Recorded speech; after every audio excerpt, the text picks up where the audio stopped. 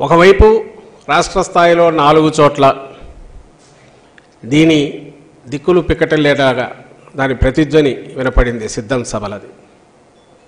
జాతీయ స్థాయిలో కూడా అందరి దృష్టి ఈ వైపు మళ్ళింది.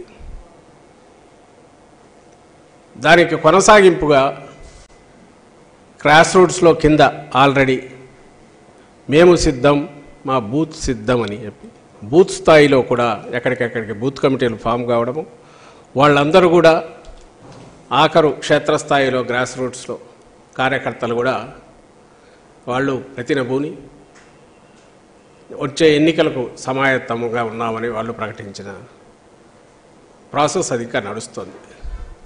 దీని కొనసాగింపుగానే ఈరోజు కొత్త కార్యక్రమం టేకప్ చేశాం.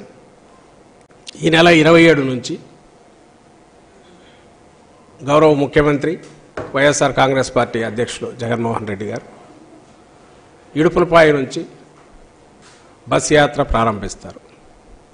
ఈ బస్ యాత్ర మొత్తం దేనికోసం, దేన్ని ప్రతిబింబిస్తుంది అంటే కార్యకర్తలందరినీ మేమంతా సిద్ధం అని సమాయత్తం చేయడం కోసం, సన్నద్ధం చేయడం కోసం ఎన్నికల సమరానికి ఆయన వాళ్ళను మోటివేట్ చేసే దిశగా ఈ కార్యక్రమం నడుస్తుంది.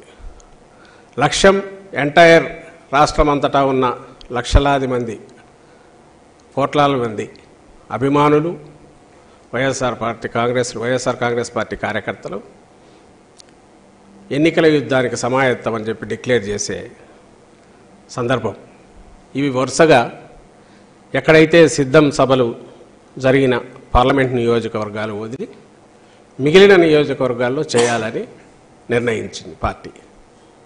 అందులో ఉజ్జాయింపుగా 27వ తేదీ మొదలైతే నోటిఫికేషన్ వచ్చిన ఏప్రిల్ 18, 1-2 రోజులు వీలైతే తర్వాతకు అక్కడికి ఈ బస్ యాత్ర ఎండ్ చేసి అప్పటికి వీలైనంత వరకు ఈ 4 పార్లమెంట్ నియోజకవర్గాలు తీస్తే మిగిలినవి చాలా వరకు కవర్ అవుతాయి. అలాగే వాటిలో ఎక్కడ అవసరమో, ఎక్కడ అవకాశం ఉందో డిపెండింగ్ ఆన్ పార్లమెంట్ దీన్ని బట్టి ప్లాన్ చేసి వీలైనంత వరకు అన్నీ కవర్ చేస్తాం.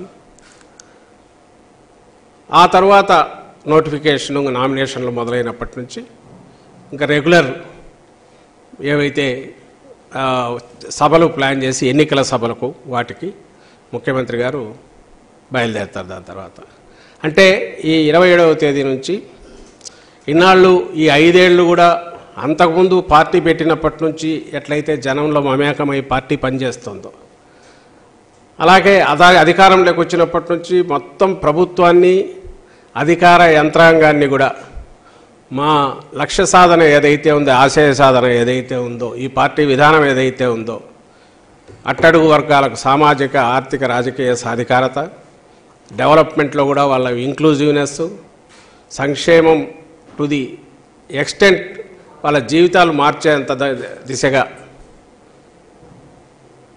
సంక్షేమం తీసుకెళ్ళి శాచురేషన్ బేసిస్ మీద అన్నిటికీ అతీతంగా ట్రాన్స్పరెంట్గా అవినీతికి ఆస్కారం లేకుండా ఇవి చేయడము, ఈ కొత్త విధానాలు, కొత్త పథకాలు, సంస్కరణలు ఏవైతే ఉన్నాయో కాన్సన్ట్రేటెడ్ ఎఫెక్ట్లో ఈ రాష్ట్రంలో తీసుకురావడానికి జనం కోసం ఆయన ఎట్లయితే తపన పడ్డారో 24/7 ఇప్పుడు ఎన్నికల సమయంలో జనంలో కూడా అలాగే 27వ తేదీ నుంచి పూర్తిగా ఆయన యాత్రలోనే ఉంటారు.